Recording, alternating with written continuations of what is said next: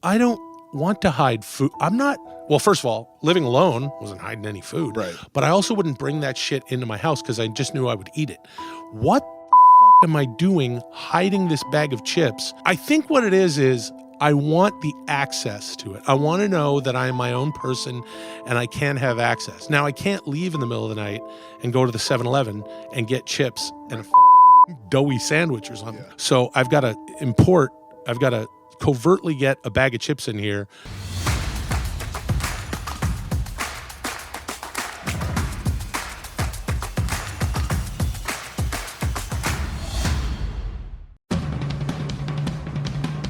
Hi, I'm Ethan Suplee. Welcome to American Glutton.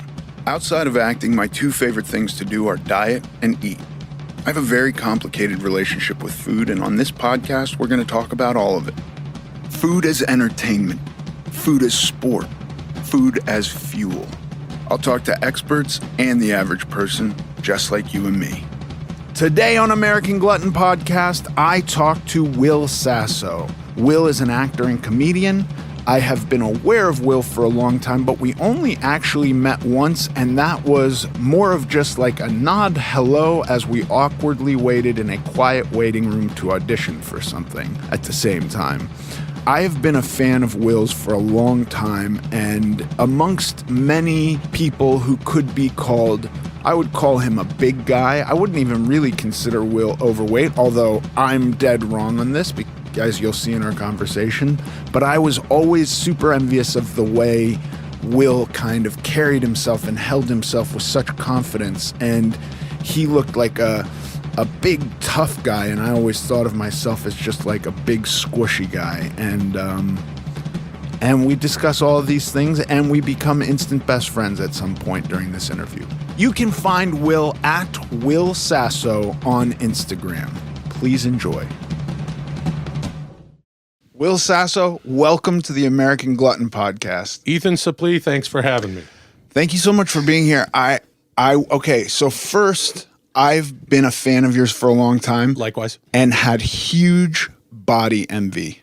What? Yes. Well, okay, and likewise, certainly right now, especially. I can kind of understand right now because I've been killing myself. But like, there's something, you have a freedom with your body that I never had, and we're both big guys. Yes. I was really obese. I would never think to put you in that category. I mean, I got down at the beginning in the early 2000s, but I was, and I know your weight, and I've heard parts of the podcast, and I have so much to ask you and so much to say to you. So I'm really excited. But I think it's okay for me in clear transparency between us and everyone else listening to say that I do know what some of your former weights have been. Yeah, and I was at the very most, I was 450. So really? Yeah. In the late 90s, early 2000s, I was 450. Okay. So yeah, and I lost. Well, you were legitimately overweight then. Absolutely. Okay. Completely.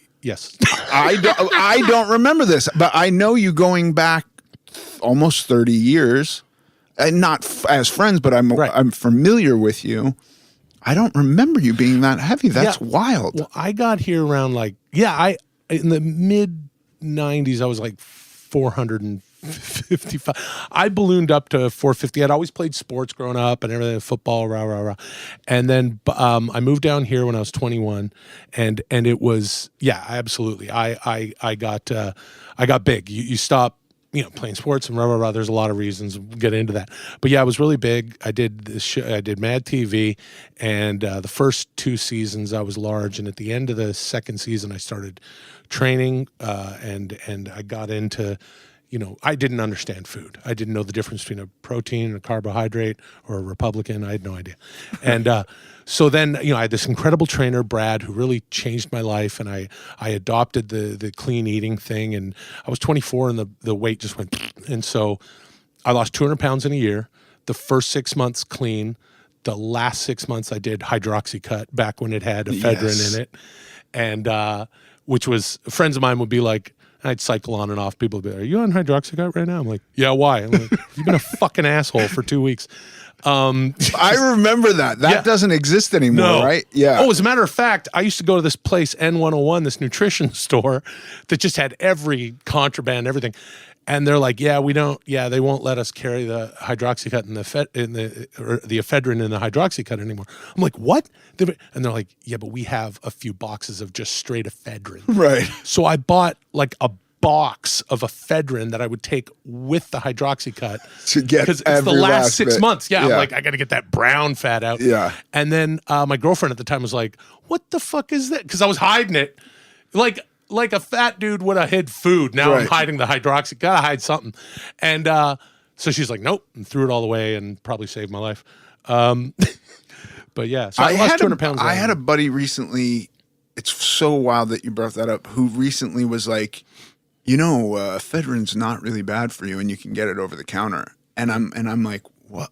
Nothing you're saying. Yeah. Like, first of all, I'm a recovering drug addict. Like, should you really be telling me to take this stuff? Yeah.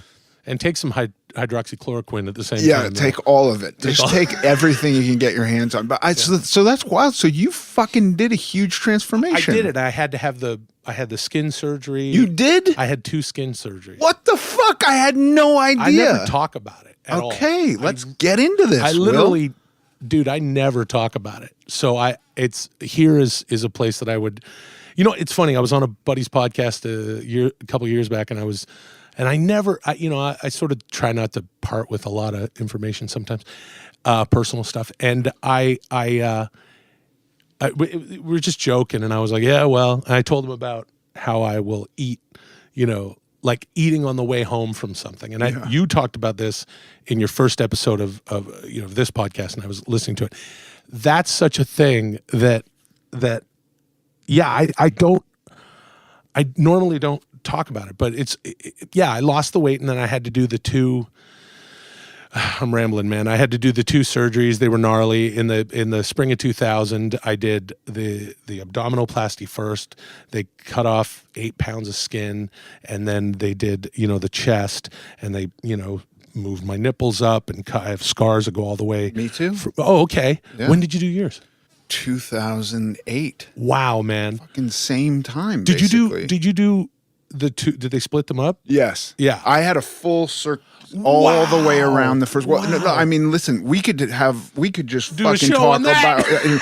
I had so much anxiety going into it, so much anxiety coming out of it. Yeah. And I had my wife who was basically like, you're going to sit here until they say you can get up and move. And I was like, fuck you. On day 1, I'm standing up, and I was moving. And I think 2 weeks into it, I fell and tore my side open. No. And they don't stitch you back up. No, what? Yeah. I had a wound vac where they have like constantly putting gauze into the wound. Why do they not stitch you back up? What? The guy was literally like, well, you've done this now. If we stitch you back up, it's probably just going to keep coming apart. So we're going to do something called a wound vac. And it was months and months. I went back to work on a television series with a tube that they would, you could take it off. But I constantly had to put it back on because it's draining the Jackson Pratt the liquid. Bulb. Yeah. Yeah. The ball that you push it. So this was a machine now that's constantly sucking. Oh man. Liquid. It was one of the worst experiences of my life. And up until just recently, like I think last week we had a guy on who was a professional plastic surgeon specifically for skin. I was like, I will never consider doing something like that again because it was so horrible. Ugh. How was your experience with this? It was bad. It's just not fucking good. It's hard. You know what? I had this doctor who's he was a surgeon, and he's a plastic surgeon, but he also is a surgeon, which, the good ones are, right? So, from what I've heard. And so they do the surgery, they start, and then he undermined my skin. Of course, they don't tell you this, to your neck. So they had both of us up, like a fucking pup tent. Yeah. The only reason he told me this is because he said, well, then I noticed that your stomach muscles were distended from the subcutaneous fat. Yeah.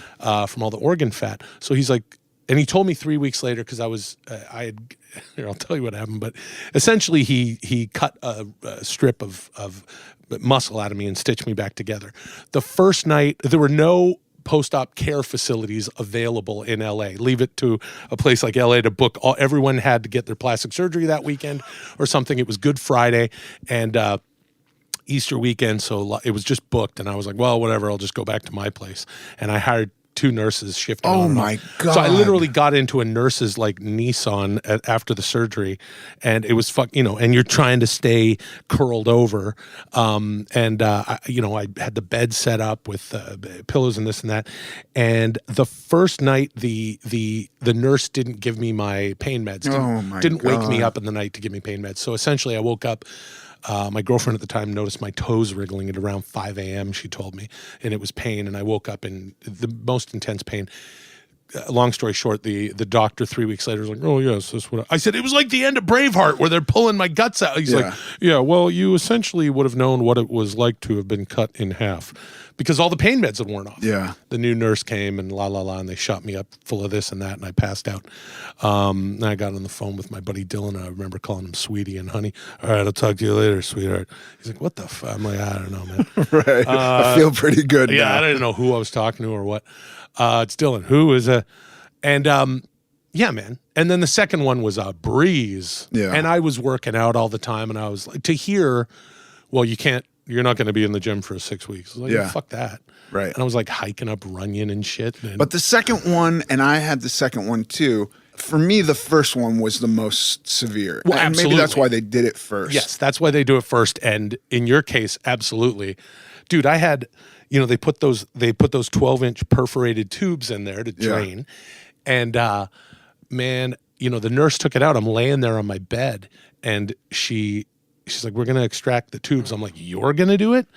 And I mean, this is a thing where, the first couple days or whatever, I would time my pain meds so that I could get up and just walk to my bedroom door and back. Yeah. And then you get back on the bed, and then the bulbs start filling with different humors of red, and it's just like, and I remember when she pulled it out, this big, like, it was just, she's like, this one doesn't want to come out. And then she pulls it out, and it was just followed by this, big, long, like bloodworm, Yeah. Yeah, well, you would have to strip the tubes. And did anybody have a conversation with you when you started losing weight? Like, this is going to happen. This is going to be a part of it. Me neither. Yeah. So when you lost this weight, was it a surprise? Like, I remember being so shocked and going, why didn't I think of this? Why was this not something that I was considering a possibility? The skin loss? Or the skin surgery? No. Yeah. Absolutely nobody told me. I started, because you start losing weight assuming that it's not going to work. Right. And this time it stuck. And I found something. I mean, I can remember being in high school and I was always big and shit, but I was playing football and stuff. And, I want to lose weight for this and that, this other, this football thing. And I can remember like talking to some suburban nutritionist back when I was a kid and, in high school, and they're like, I'm eating veggie sandwiches and stuff. I'm like, this isn't, years later, I'm like, oh, what? I didn't get any protein and I'm lifting weights and like just the weirdest stuff. So you don't know. And when I started losing the weight this way, I started just researching it on my own going, oh, I'm going to have, or it's not going to come back. My doctor's like, no, you're going to have the surgery. I didn't expect it would go this well. Absolutely nobody tells you what's going to happen. And then also you think you're going to end up perfect. You think, oh, they're going to cut everything off and I'm going to look great. Yeah. And by next week, I'm going to be like, this is the body I dreamed of. But no, you're introducing a bunch of new problems and a lot of them aesthetic. And I can remember my doctor using the word deformity once. I've never told this story. He was like, well, this deformity here. And I remember going like, fuck you. Hey, man. That you're talking about me. Yeah, I'm a person. Like, he's like, oh.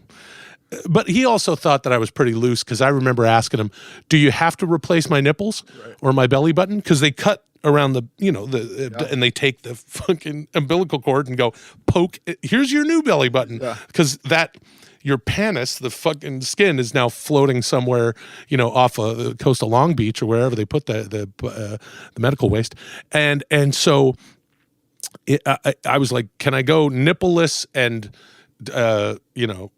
navelless, just as a joke. Just getting really funky. What can I go? Yeah, I just want to be Ken doll. And then he's like, no. And then I was like, and another friend of mine had a suggestion that I passed along. I was like, hey, may I have the rest of the skin? He's like, why? I did the same fucking thing, dude. Oh my God. Are you serious? Well, I went a step further and was planning to hijack the surgery.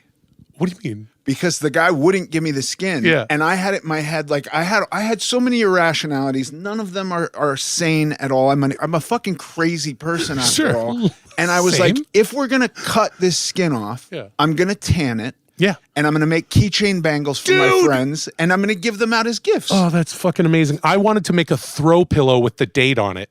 I'm in. By the way, I think it's a piece of artwork. I mean, this is so morbid for people. I've said this to people, and they're so horrified, and I'm like, it's me. What do I do? Yeah. I don't want to, like the idea of throwing it away seems just as bad. Yeah, I hate to steal a famous line from a movie, but Ethan, did we just become best friends? I think we did. Yeah.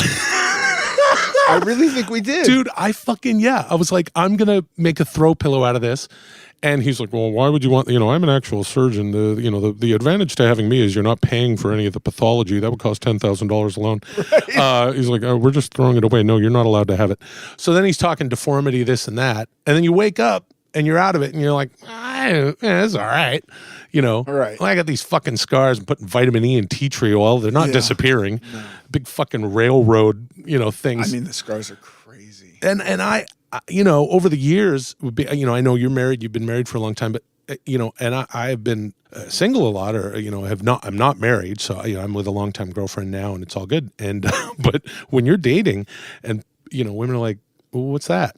First, it's like, I'm not taking my shirt off, even though I'm in good shape. Right. Now we're really getting deep.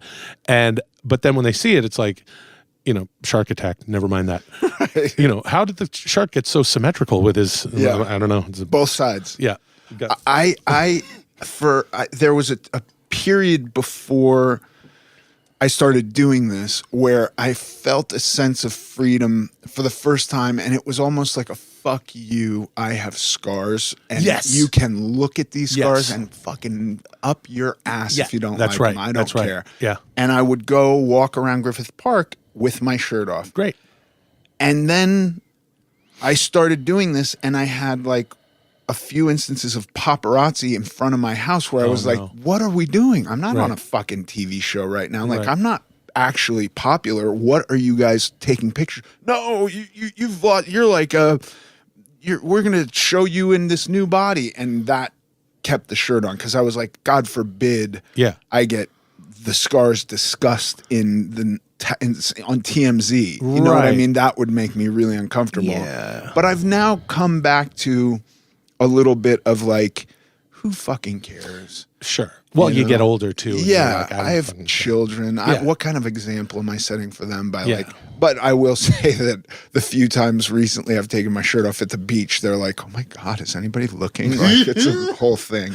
I remember right after I had the surgery, after I had the second surgery, and I waited like 3 weeks or whatever, and then I met up with some friends, like down in San Diego. We went to the beach and stuff, and so I remember driving down there and meeting my pals, literally like, okay, we'll meet on the beach, and then some buddies who live down there.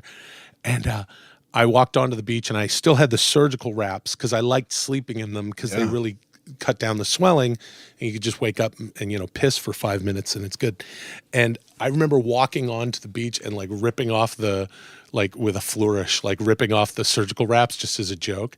And also, making my friends laugh because they're like, oh, what the fuck? And why didn't they fix that? Yeah. And this and that and blah, blah, blah. And that, and then I would go boogie boarding. And to hear you say that you split wide open, the worst I ever got was just fortunate. I was also so careful to hear that you fell, man. I can't even, because I fell like down a hill too. What? Yeah. It was really, really bad. Dude, I wound up in the hospital for a couple of weeks.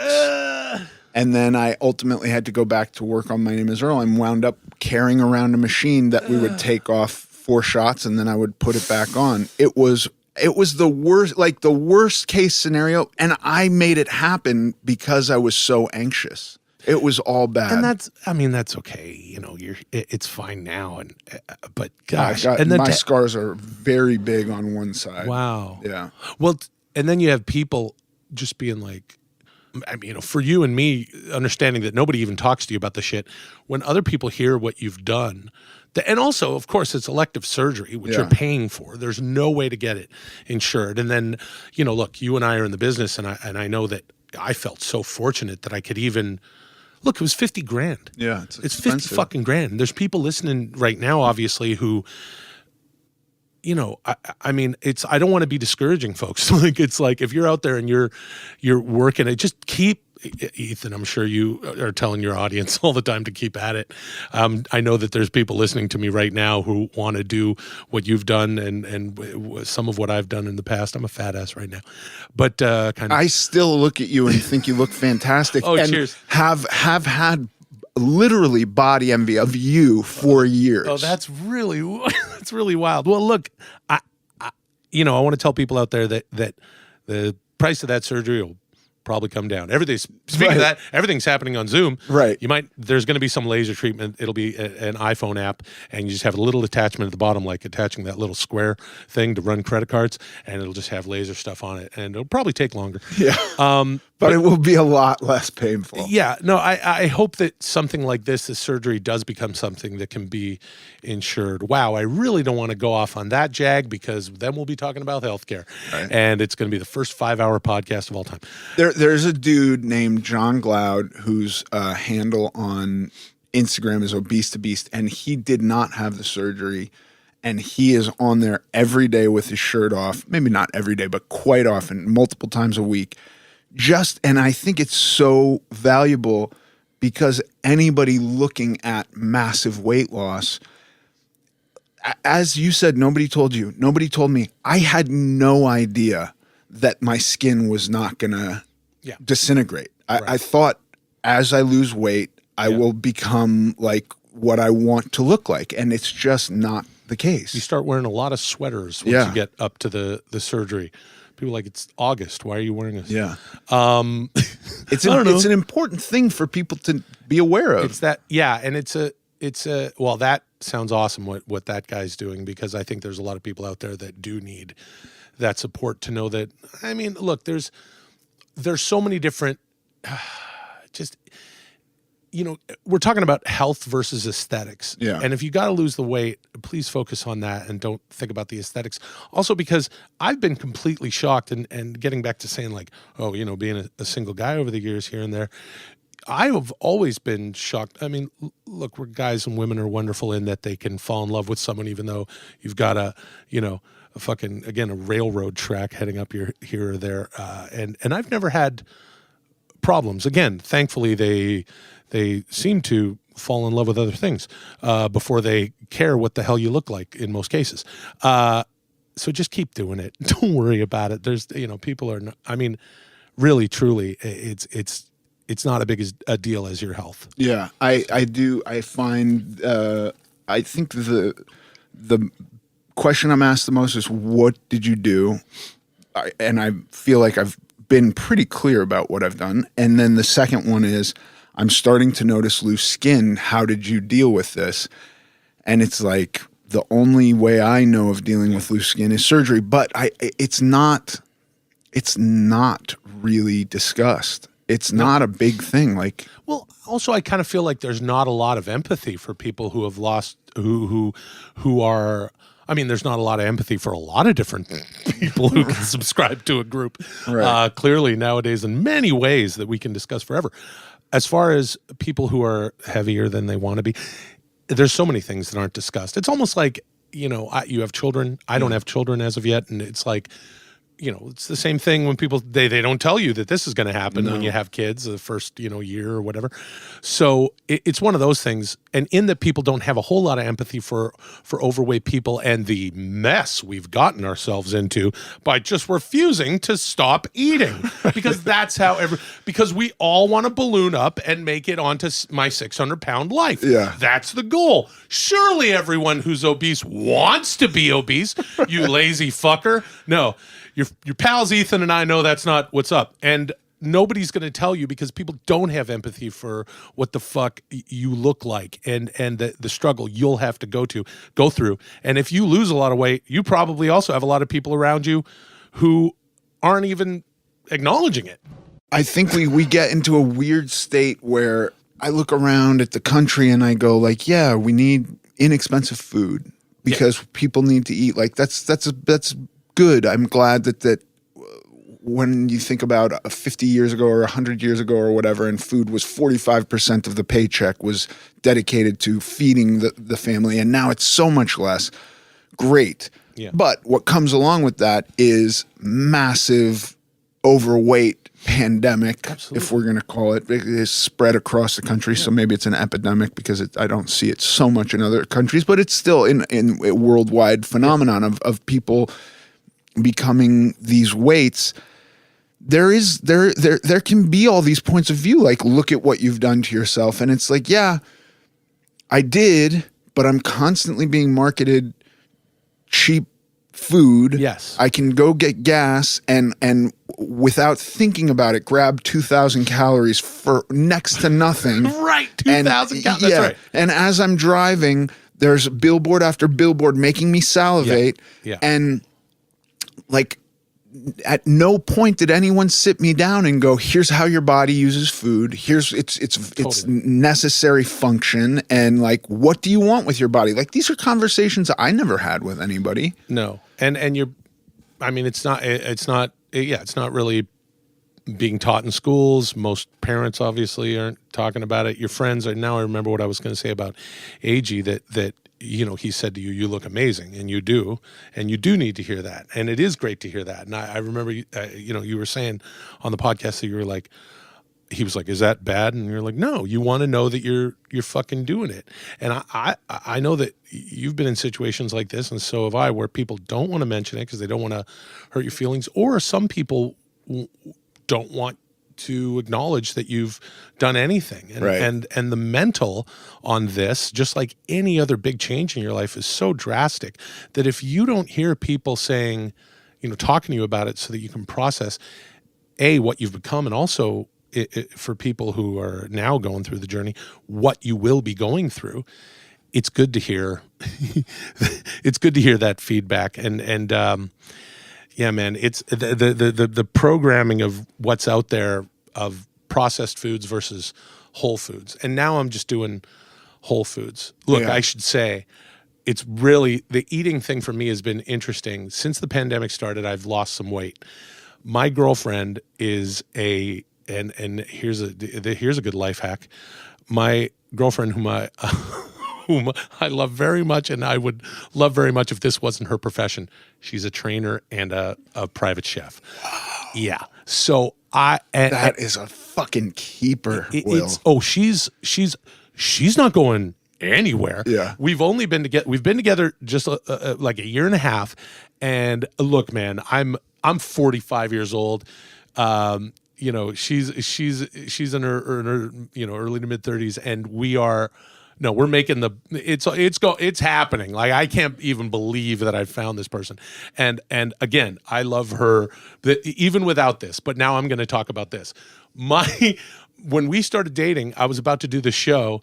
I was about to do this pilot, and they were like, and my manager, with whom I've been, for like 25 years, she's incredible. And she's like, well, they want you to lose a little bit of weight before you start shooting. I was like, and because I was a bit heavier than I have been. Over the past 3 years, I've been a bit heavier. Up until a few months ago, it just on the heavier side of what I've been for the past, again, 20-ish years. Yeah. So I'm like, I got to lose weight. This isn't good. I'm in my 40s and fuck, and so we start dating, and then I'm doing this pilot, and they're like, well, they want you to lose a few pounds. And I'm like, I'm over 3 bills right now.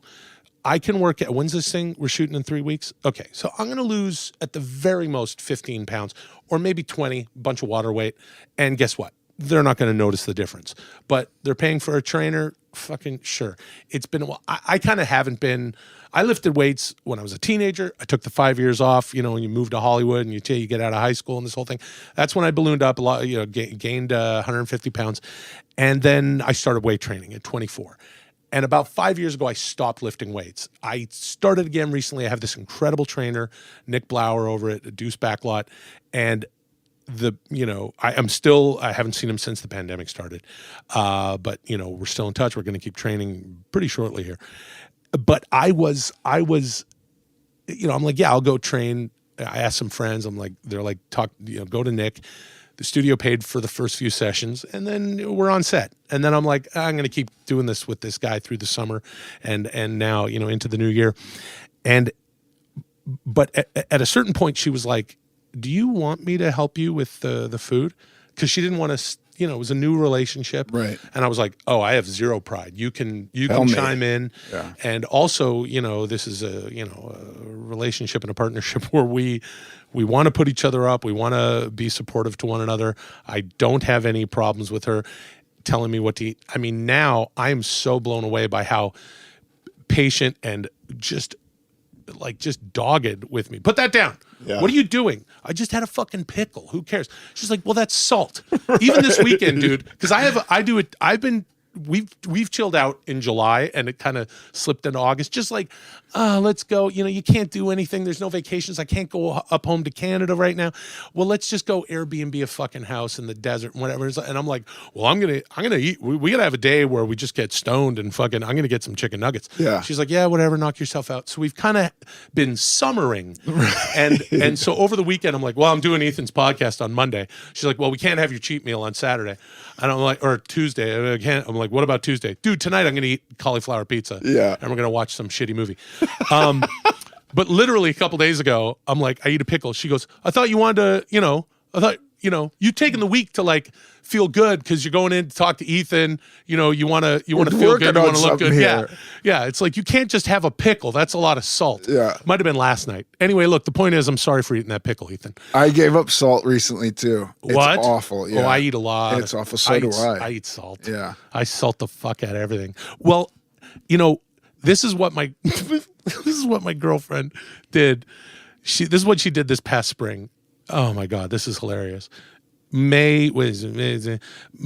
you know, the pandemic starts, and then at the beginning of April, and she's since told the story like, oh yeah, I didn't ask him. I was eating like, and I never eat cereal, but she was like, you can have cereal. It's just got to be very low in sugar and just start your day off. And then we've been going for a 5-mile walk every day. Right. And so she's like, yeah, no, you can have that. And then one day she goes, I'm going to just make oatmeal for you. I think you should have oatmeal. I was like, okay. She goes, you know what? I'm going to cook your lunch. We both cook. And, you know, I'm Italian. I'm all about food culture and that. Hearing you talk about food, like use the term, I excitedly told my girlfriend about it this morning. I was like, Molly, you know, he calls it entertainment, you know, because I'm Italian. That's It is such a culture, and food has become a celebration. And as an emotional eater, it's a celebration. It's also when you're bummed. It's also when you're bored. It's this and that. Well, she said, I'm going to cook your lunch today. I was like, okay. And she's like, I'm going to make dinner. How about you let me make? Then the second day she did the same thing. And then around lunch, the second day she goes, so guess what? This is what we're doing for a month. Right. And I was like, oh, I don't want to fucking do that. She's like, I know. And you're always just opening the fridge and looking in it.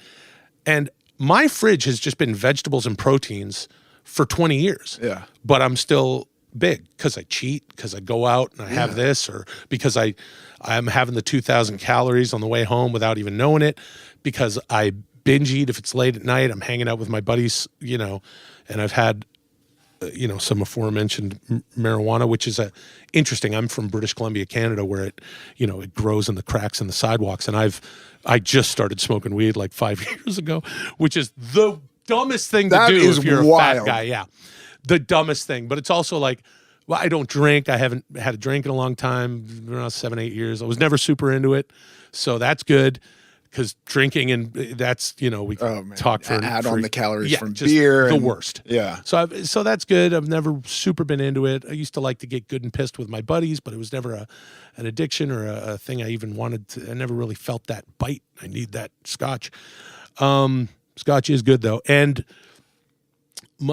she's like, this is the way you're going to eat. And I'm like, okay. So we did it through April. I stopped going to the fridge and, your body adapts in this way. And a week in, I'm like, this is good. I feel full. We're eating a lot of whole foods. I'm eating a lot of just basically vegetables, not a lot of fruits, vegetables and proteins. For me, I would take an entire chicken, split it down the middle because it grills much juicier when you leave the chicken together. Yeah. Everybody knows this. Put it on the grill, slow cook. By the way, I need to say this. I make the greatest fucking chicken in the world. And speaking of sodium, this is how my dad used to make it. He just, like many things in his life, a simple Italian man who grew up during World War II. He cooks it slow, and you put salt on it. That's it. Salt and need. Chicken tastes amazing. So now I'm eating fucking chicken breast, which fuck chicken breast. The worst. I want thighs. I want that crispy skin. I want the dark meat with the fat just coursing through it. So now she's got me eating chicken breast, but I'll eat 2 handfuls of chicken breast. And anyway, she's changed the way I eat and the way I look at food again. She did it last year, a little more gently. Now with the pandemic, she's, I ordered I didn't know what was going to happen at the beginning of the pandemic. I ordered so much rice. Me too. Really? I have 60 pounds of rice in my house. Yes. I had so much rice. I ordered rice from the small, our rice here at Lumberg Farms or whatever. Right. Actually, they're a big rice outfit. I ordered this rice. They wrote me a nice note, this family. Thank you for ordering all this. Because, I got a bunch of pounds and pounds. I gave a buddy, they're like, the pandemic starts. It's like, our friend Allison's like, we're coming over.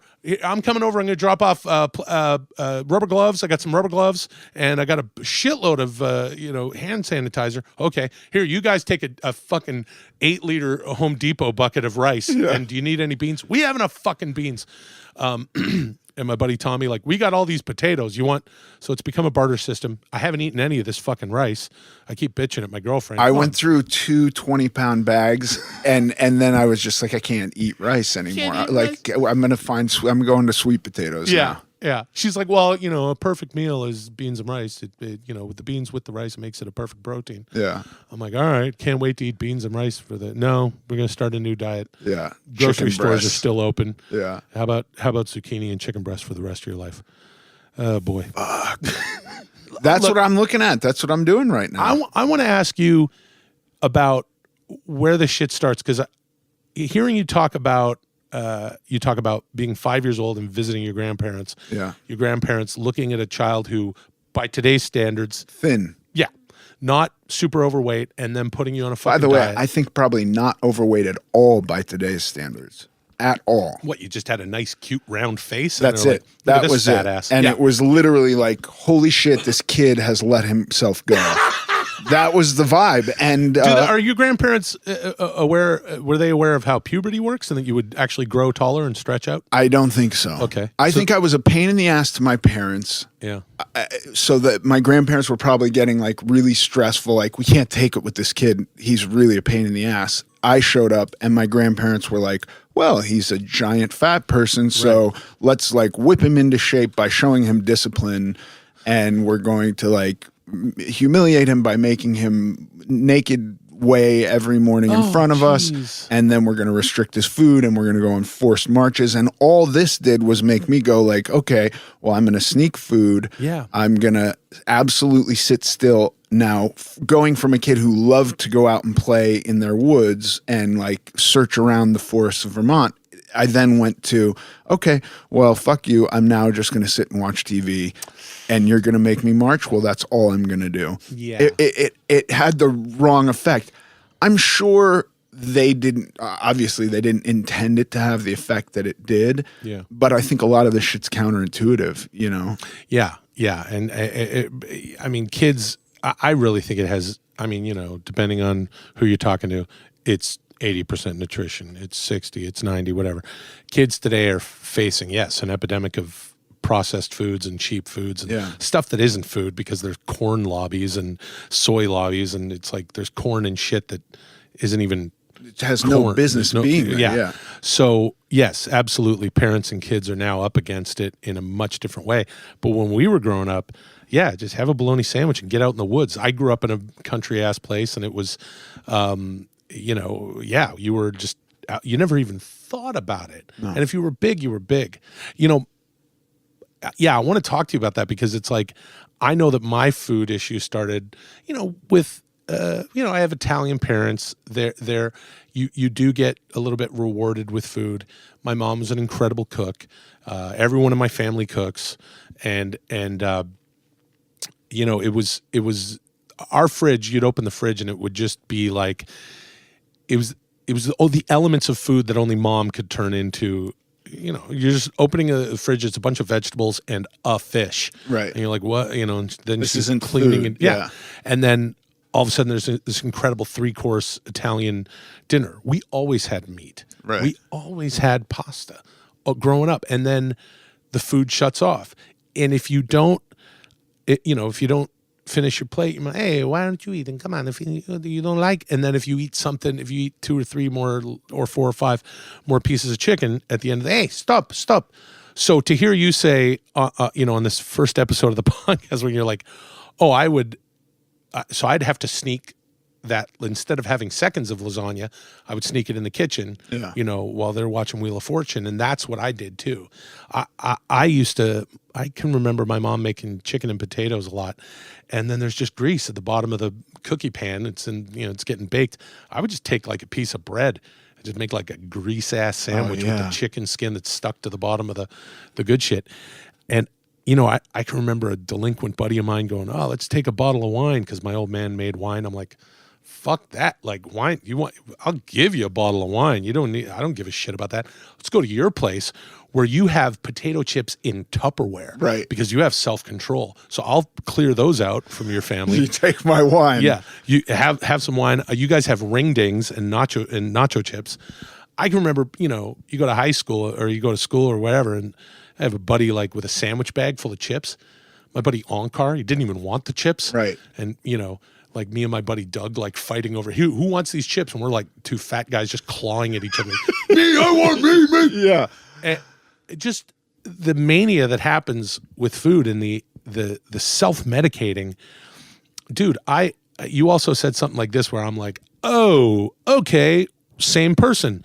I would drive home, and it used to be if I had some drinks or something, then you sober up and you go home, and you just hit the corner store. Yeah. And just like I would get, and it was all of the fat guy food groups. I need to have some kind of chips or something salty and crunchy. Crunchy and salty, yeah. Some kind of fucking sandwich or burger or, something. I got to have an entire sandwich. Yeah, that's the fat component. Right. Yeah. Or maybe even 2 of those fucking things. Right. I want a burrito and a fucking the American sub. I've had every gas station sandwich, and then of course you got to have some chocolate. You got to have some dessert. Yeah. And then the soda. There's going to be gotta soda. have some you got to hydrate. Again, I was saying I was on a buddy's podcast and I laid this out. I laid out remember that time we were hanging out? Yeah, we had a big meal. We had a great meal at this incredible restaurant. Okay, cool. On the way home, because I had smoked some weed, I wouldn't drive after smoking weed. What am I saying? And I'm driving home, and it's like, I'm eating all these fucking things. Look, in 2012, I said, I'm not going through any more drive-thrus. Right. Because it was drive-thrus. Yeah. And I would go home, and like I said, I live in Los Feliz, or I was telling you, and it's like, I go by, there's that Del Taco on Sunset. Yeah. Just the worst. But they give you French fries in a fucking like large cup, like it's a large soda cup. And they just fill that with French fries. Yeah. I'd eat French fries that were cooked in the microwave if there's a soda cup full of them. So Del Taco's great. And I would do a corner store, and then maybe, dude, if I'm like stoned or whatever, or back in the day, if I'd had some drinks. So I'm like, I can't go through the drive-thru anymore. I've maintained that for 8 years. Way to go, fatty. All that means is if I'm cheating, I got to walk into the place. You find your way around the own thing that you've... Yeah. Hey, Oh yeah, 8 years later, I'm so proud of myself. Right. I've eaten all the exact same shit. Anyway, I have made that same determination. That was an attempt at a diet. It was no more drive-thrus. Yeah. And then you find the places that aren't just drive-thrus at 3 a.m. Yeah. And you're standing in there and you maybe put on sunglasses or whatever, and you're like, this person, I have to take their judgment because they're watching me the whole time. That's what's up. And I have to stand there and wait for them to bag up my food.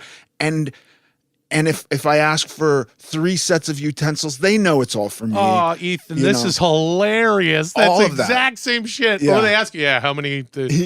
Right. Yeah, 3 of us. There's people in the car. Yeah, I got 2. They made me come in That's here. right. It's 2 a.m. and my family's in the car. Right. And I need these forks and knives while I'm at Garage Pizza at 3 in the morning. And it's like, dude, you're either going to taste the food or their judgment. Yeah. You've got to punish yourself somehow. So, because that's what this is all about. So you feel that that's a deterrent. For me, guilt has a lot to do with, I mean, in ways that I haven't quite figured out. And there's a lot of like, there's just a lot of food guilt. And then, I'm not leaning on this too much. And my parents are amazing, but it's like, there's this weird Catholic Italian guilt and food. And like I said, they grew up during World War II. So, my father had the best relationship with food. He would be like, he would eat, he would just open a can of tuna, didn't like mayonnaise, didn't like anything processed, ate very clean. So he would open a can of tuna, he'd have a rustic piece of bread, put a little salt, pepper, a little olive oil on it, cut some red onion, or he would take the heel of the bread that's been drying out in the oven because mom makes her own breadcrumbs, and then he'll take that thing and drop it into some little pot with boiling water, a bay leaf, some chili peppers, salt, and soup, and eat it like soup. Yeah. Olive oil. You'd be lucky to have enough olive oil back in Italy, back in the day, and eat that. I'm like, we got soup. Right. I like this. This is what I like. I like to eat. So they're eating completely simply. Mom, my older brother and sister, it was the same thing when they were younger, and they're not now, but they were heavier when they were younger. And then I came along later, literally not even looking like them. They have brown hair, brown eye, black hair, brown eyes. And then I come out, blue eyes, this fat blonde kid going, oh, wow, you make your own ravioli? Like, where did this guy come from? This big German kid from these little Italian parents, and you just grow bigger than the whole family. And I got my dad's nose, so I guess. And they've just instilled, because they never had to worry about getting super big or whatever. Yeah. So they instill all this weird food shit, and then you get out on your own. Oh, that's the disaster for me. Yeah, me too. Autonomy fucked me up. Yeah. I moved to LA and I was like, you're only in America can you try to pinch pennies with food and this and that. Like, oh, I got a coupon here for 2 pizzas. Oh shit, if you get 2 pizzas, you get 4. Oh wow, you can get 2 free pizzas. So then they're like, you get those delivered. I'm like, oh, this is great. I'll eat for 2 days. Yeah. Oops, ate everything. I ate everything. I ate everything in one sitting. Yeah, man. I mean, I used to go to, when I was 450 pounds, I was like, oh, this will be a tradition. I was on Mad TV and I did this. Even my fat ass was like, I can't do this. I did it for 2 weeks just as a way to eat shit. Okie Dog on Las Canaga? Yeah. Where they make a hot dog. They take 2 wieners, they put it in between a burrito, a tortilla with beans, bacon, some fucking chili, the cheese, mustard, and they make a chili cheese. I was like, oh, well, I'll take after tape night, that place is open till 1:00,000. I'll take my Monday morning table read over there and I'll just have a hot dog and read my table read. And even for me, I was like, that is disgusting. But I remember finding places like Okie Dog because when I would go like, okay, drive-thrus are over. I'm going to actually be responsible for this. Places like Okie Dog, I would feel less judgment because they're shitholes. It's a fucking shack. You nailed it. That's right. And like you're working in a shithole. Yeah. You're not even working in a big corporate chain. You're not really judging. You're not going to judge Yeah. me. This isn't McDonald's. This isn't some high class establishment. And it's not like some McDonald's. place it's not some place where you don't eat the food. Because if you work at McDonald's, yeah, I mean, you might eat the food, but it's McDonald's. Everyone knows what McDonald's is. But you go into that Okie Dog and there's that dude behind the counter. It's like, oh yeah, you eat this shit too. Yeah. Zero judgment. It's fucking 4 a.m. He's smoking a cigarette while he cooks you. Shit. Yeah, he does not care. And there are places like that I don't know if they're there now, but there were places like that 20 years ago all over LA. Benito's burrito stand. Yeah. That was good. Benito's Even like tacos. Damiano's. You go into Damiano's, God, dudes were ODing in the bathroom. So like, who the fuck are you judging me for getting 2 pizzas at 4 a.m? Oh my God. Have you ever gone to Cantor's with friends and then gone over to Damiano's across the street? I don't eat in front of people. So I go to Cantor's. I get a matzo ball soup and a plate of like green tomato pickles. Yeah. And I nibble at this, and then I say goodnight to everybody, and I go across the street and eat. You're speaking my language. I have done. Oh, here's the thing that I remember telling my girlfriend early in the relationship, just to her horror, like being like, well, it's the weekend. I'm just gonna, I've been locked in my house for the better part of the past near 20 years now. So I'll do, I come outside to work and hang out with some friends, but I would do like, I would order something that I think is healthy for dinner. If I'm like, I'm just going to order shit, I don't give a fuck, and smoke a bit of weed, and it's the weekend, and I don't have to function during the week or whatever. By some people's standards, still a pretty tame weekend. I'm not running around doing hard drugs or anything, but here I am, I smoke a joint, and I ordered Thai food. Well, you got to get the fucking fish cakes though, because those are fucking incredible. And I'm gonna have that glass noodle salad because it's not pad Thai, it's not pad woon sen. It's just those. It's also glass probably noodles. it's like a rice noodle. That's not bad. It's cold. It's probably gluten free. It's a salad. Yeah, it's probably gluten free. Not gonna look it up, right? But it probably is. And then I would order something, some sort of. This has happened a handful of times, and I'm talking about, the hat trick of.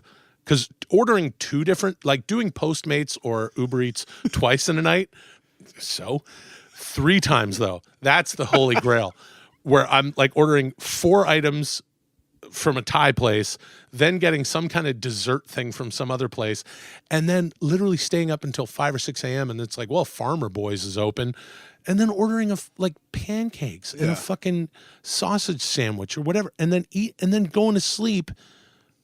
And expecting to wake up? I mean, it's just fucking insane. Postmates is something that I thank God all the time I haven't had to contend with, because when I was eating really poorly, my options were like Domino's Pizza, which had a cutoff. And so like prior to having a car, there wasn't a lot of delivery available. Then it was drive-throughs. And now like the idea that, like I saw a receipt in front of my house and recently that was for 2 large pizzas delivered to my house at 3 o'clock in the morning from Postmates. And I just went to my kids and I was like, what the fuck are you guys doing? You had a party last night? Yeah. And they were like, yeah, we were up really late. And like, it just, I forgot that this is something that's a thing now, that this kind of stuff. And it wasn't Domino's, like some fancy pizza place open all night. Yes, dude. Delivered shit in the middle of the night. And they were like, and then we wanted boba. I don't even know what fucking boba is. Some kind of sweet drink. A drink you can eat? Yeah, that they sent, that somebody went and picked up and dropped off at our house. And I'm like, this is bullshit. But thank God I haven't had to deal with that. I see this place near us called Spoon and Pork. That's advertised to me all the time, and every time I see it, I'm like, thank fucking God I don't use Postmates, because I would be ordering this all the time. Dude, I fucking, I can't now, obviously. My girlfriend and I, we live together, she lives with me, and it's like, so I just can't get away with it. Yeah. I remember prior to being with my wife, there were plenty of times that I kicked a girl out of my house so that I could go eat. Yes. And thinking about that now, I'm like, what the fuck was I doing? Yeah. Like, this is like, it's all set up. You're like, I'm only an actor. Well, not truly, but there is a part of it that's like, I want to be cool so girls like me. Yeah. And now I have this girl who's pretty, who wants to sleep over, and I'm sending her away so that I can go sneak out, like, wait. Yeah. She must have, she's surely pulled away by Dude, now, so yeah. I can get dressed and go and find a fast food place to go. I've absolutely done that. It's insane. And it's, yeah. And also because, well, there's lots of reasons you could do something like that. I mean, I can remember one instance where I was seeing someone, and I remember being like, just realizing that maybe I wasn't, I wasn't really into her or whatever. Just something as simple as that, and going to sleep next to somebody after you've, had a discussion or a tiff where you're like, I don't even know if this is, and just getting bummed out, and then her being asleep. This is the only time I've done this, and I was like, all right, I left my house and I went to, there's another Del Taco over in Burbank? No, it's over in Atwater Village. Okay. And I went over there, and I literally had to walk in because it was post the 2012 drive-through moratorium. And I, walked in and got stuff and sat in the fucking parking lot and was like, I don't think it's going to work out. She doesn't like me. And like ate fucking whatever, and then went home and slipped into bed, next to this, lovely woman who I had things were going a wonderful fine. Night with. Yeah. And ate something, I'm sure. I can't remember what we had for dinner that night, but I remember the story because I left and I went to fucking Del Taco and I came back. God damn it. I mean, and that's the cheating though. That's the fucking interesting thing too. That it's like, I'm cheating on you with food. Yeah. It's like, yeah, I got up out of bed, which just would ring so many alarms and bring and raise so many red flags for her. Yeah. Had she known, I don't think she knew. If she knew I was gone, she certainly didn't think I'd left the house. Right, she said she nothing. would have left or texted you or called Absolutely. you or something. And she was still there sleeping. I don't even think she woke up. Yeah. And that's what I'm doing. I'm not out there fucking around on the side. I'm at Del Taco. And happy as a pig in shit. I remember, and it was truly still don't understand all of the feelings and thoughts that went into it. But when I was with who is now my wife, when I was massively overweight, and the moment that I was like thinking about talking to her about it, like saying, I need your help, I don't know what to do. Like, I remember having this conflicting feeling that if I ask her for help, she'll now be aware of my weight, because she couldn't be aware of it. Like, I thought that I'd been fooling her somehow. Like, she can't really see what's happening here, because how could she love me? Yeah. And she hasn't mentioned it. So it's just this magical thing that I think I've conned her into with my wit and personality. Man. Yeah. And like, it was a real moment of like, I could lose her by discussing this with her, because then she'll know. Yeah. And I'm 500 pounds. So she somehow has missed that aspect of me. Right. But it's so weird that I was doing shit like that with her too, where it was like, no, I can't really eat in front of her. Like, let's go out to a fancy meal and, I want to take you on a date, and like, I'm ordering a salad and no, I'm not hungry, and taking her on dates and then eating afterwards, you know, and it's so odd. Yeah. I don't know. Maybe people listening have their own theories as far as if they are affected by the same kind of thing. Theories as to why. I mean, I got to be honest, and I've talked to therapists about it, and I never spend too much time on it because I'm just like, this is a mechanical thing. I don't really understand what it has to do with, psychologically. I talk about, like growing up, this and that, and sort of having some of the same issues that you had, but I can't really figure it out. The more I talk to my girlfriend about it, the more I feel good about it, because she just loves me, and she's like, I loved you when I first met you and you were bigger, and I love you now, and I want you to be healthy, and we're gonna have kids, and I want you around. And so it's really, really difficult also because it changes. It's very difficult to figure out what the psychology is. Yeah. I still don't get it. I mean, I still have a friend of mine calls it FTS, fat teenager syndrome, where he's like, you're not, and even if you were bigger when you're a little smaller, you're a little big, you're not a fat teenager anymore. And you don't have to contend with those things. And,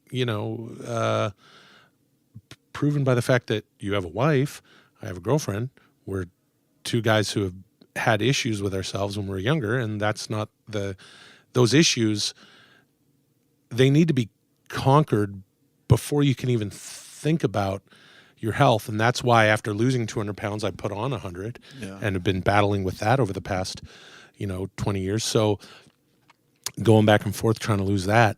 But at the same time I go, man, I am so attached to all of the insecurities that I had as an adolescent, as a teenager, like being pissed. Like, me and my buddy Phil, we were captains of the football team. We didn't have girlfriends. Right. You know what I mean? Yeah.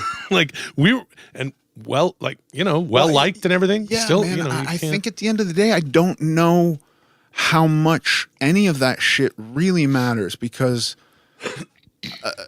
I know for me, and I had a weird, I left school early. Like I was a troubled guy, but I remember all I wanted was a girlfriend as a teenager. And I just believed I would never have one. Sure. I just believed I need to make a lot of money. I need to become successful. Like these things will allow me to have a girlfriend. And at the end of the day, none of that shit mattered. My wife's family is all actors. If anything, she was kind of repulsed by the idea of being in a relationship with an actor because her father was an actor, her sister's an actress. And she was kind of like, I don't want that life. That's but somehow it happened. And then there was just a day where I woke up and was like, oh, none of this shit matters because I made this connection with this person, and all of the stuff in my head that had to happen first didn't.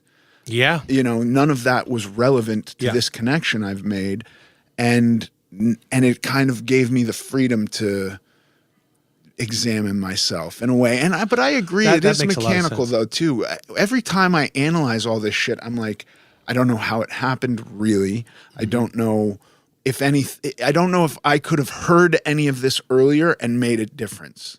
Does that make sense? Yeah. Yeah. That's really, what you're saying, that it may not even matter.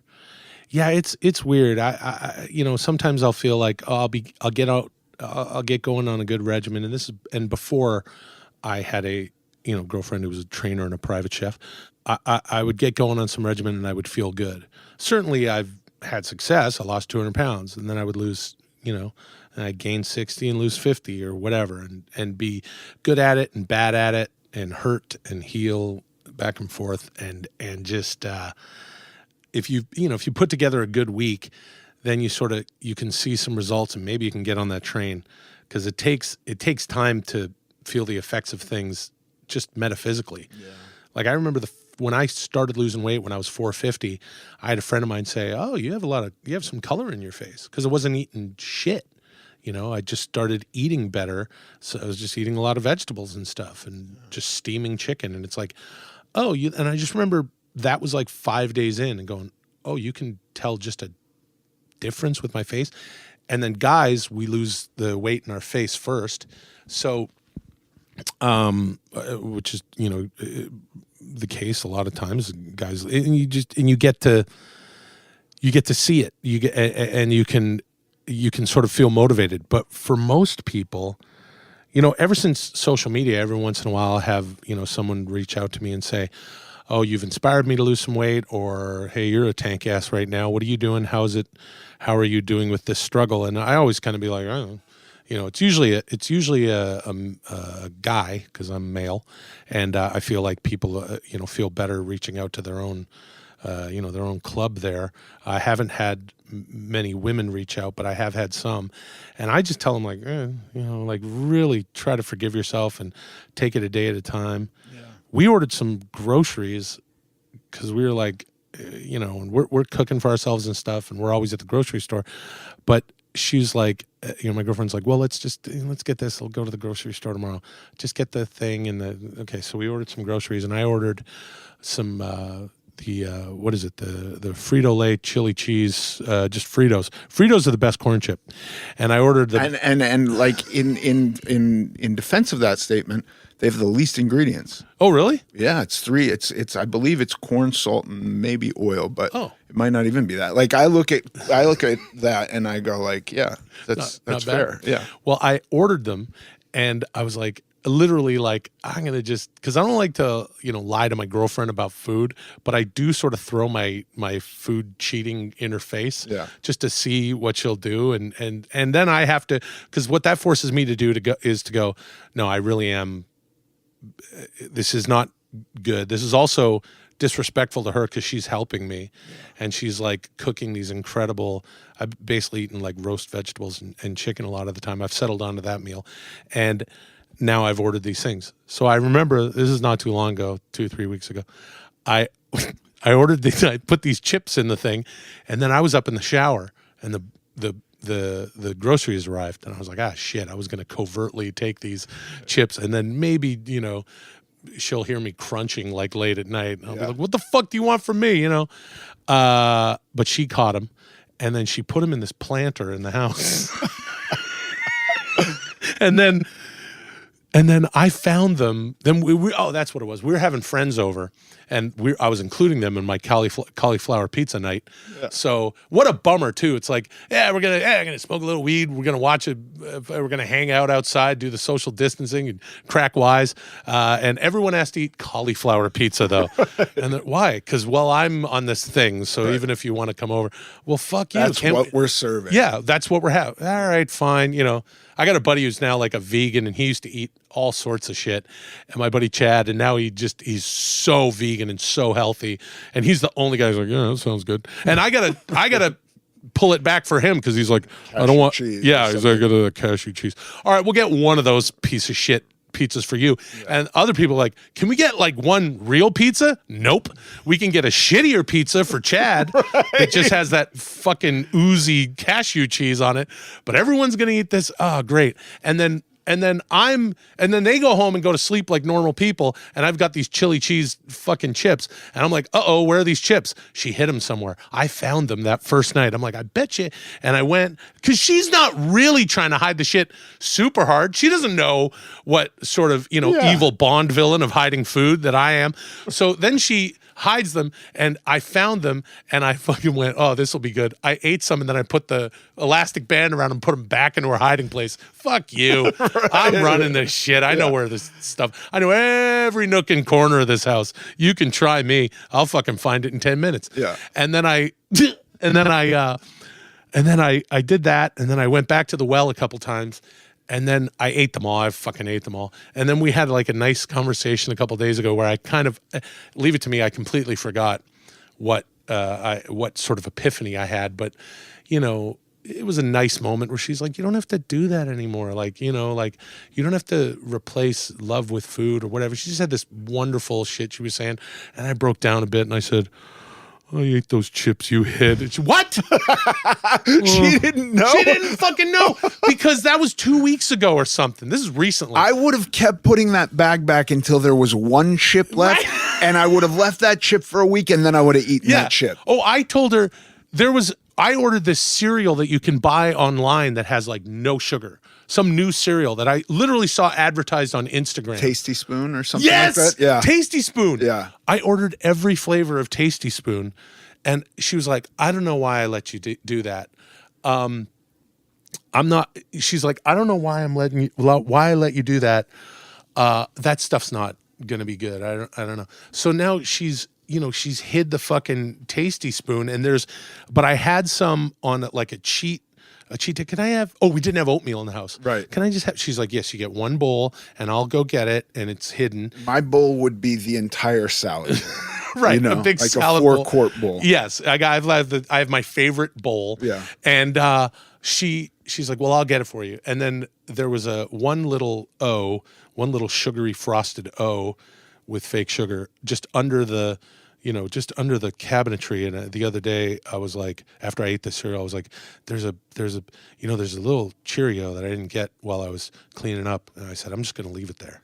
She's like, what are you talking about? She said, I'm just going to leave it there. The dogs, for some reason, don't care. They don't want to eat it. They know that it's not real food.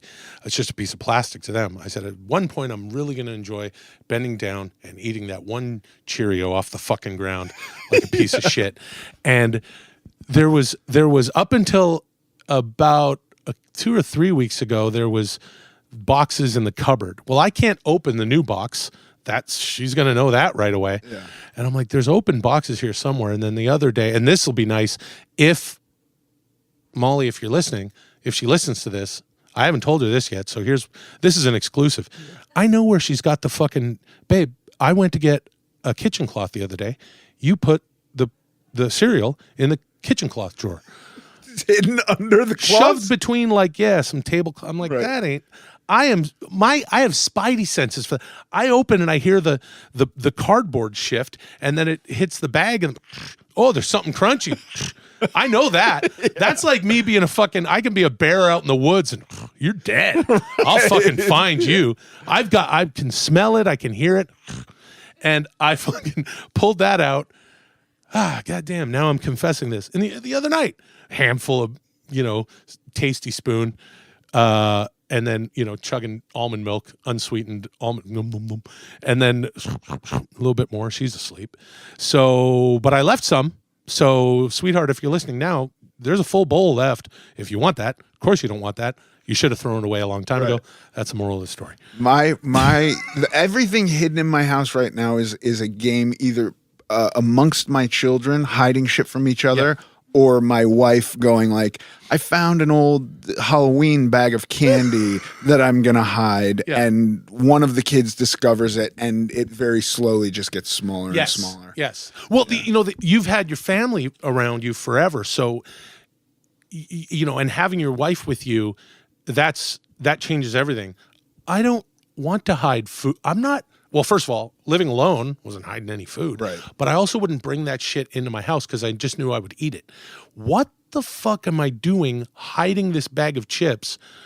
I think what it is I want the access to it. I want to know that I am my own person and I can have access. Now, I can't leave in the middle of the night and go to the 7-Eleven and get chips and a fucking doughy sandwich or something because I've got this new lifestyle and my girlfriend, and there's just no fucking way.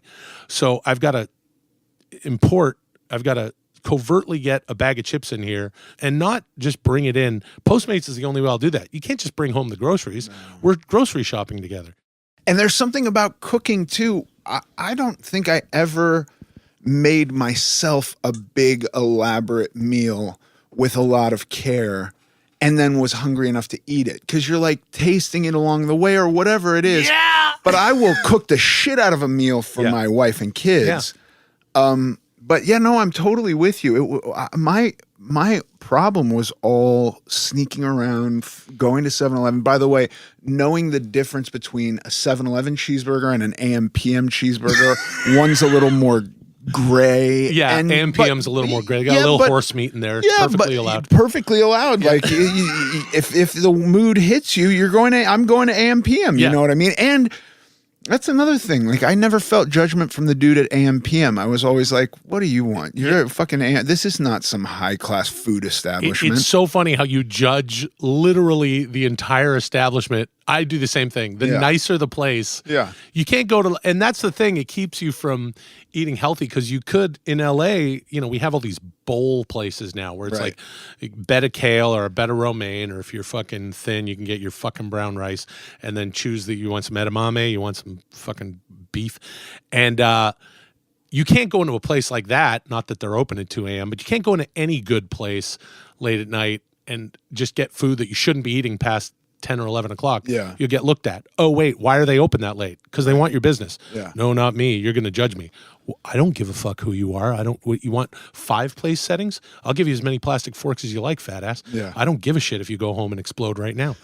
But the guilt, or just ordering small things when you know you're gonna. It's like I've fooled myself so many times. Like, I'm not gonna eat the bun, Right. and then you eat half the bun. Yeah. I've been eating half the bun.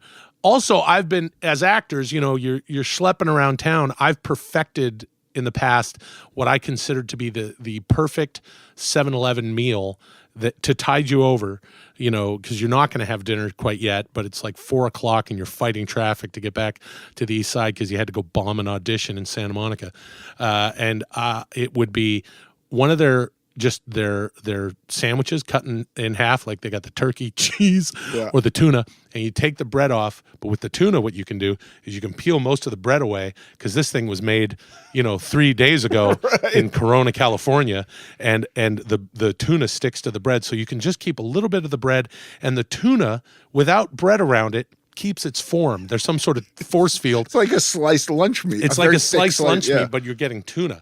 Then I get a banana and a V8. Not because it's good. No, it's healthy for you. Yeah, it's delicious though.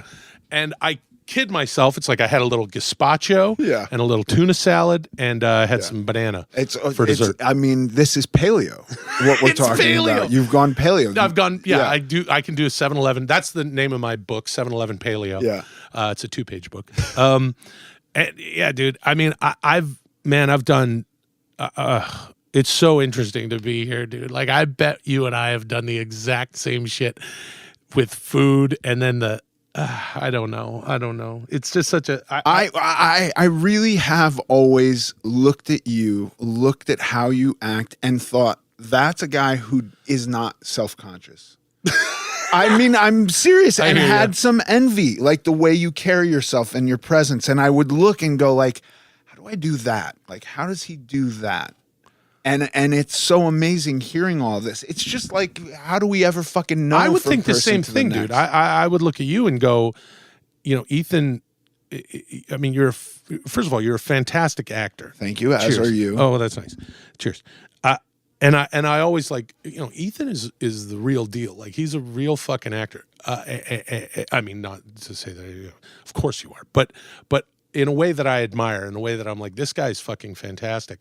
And I've looked at you that way. I'm like, oh, and also to hear like, well, business is good if you're going to look a certain way, it might be good for business for guys like you and I.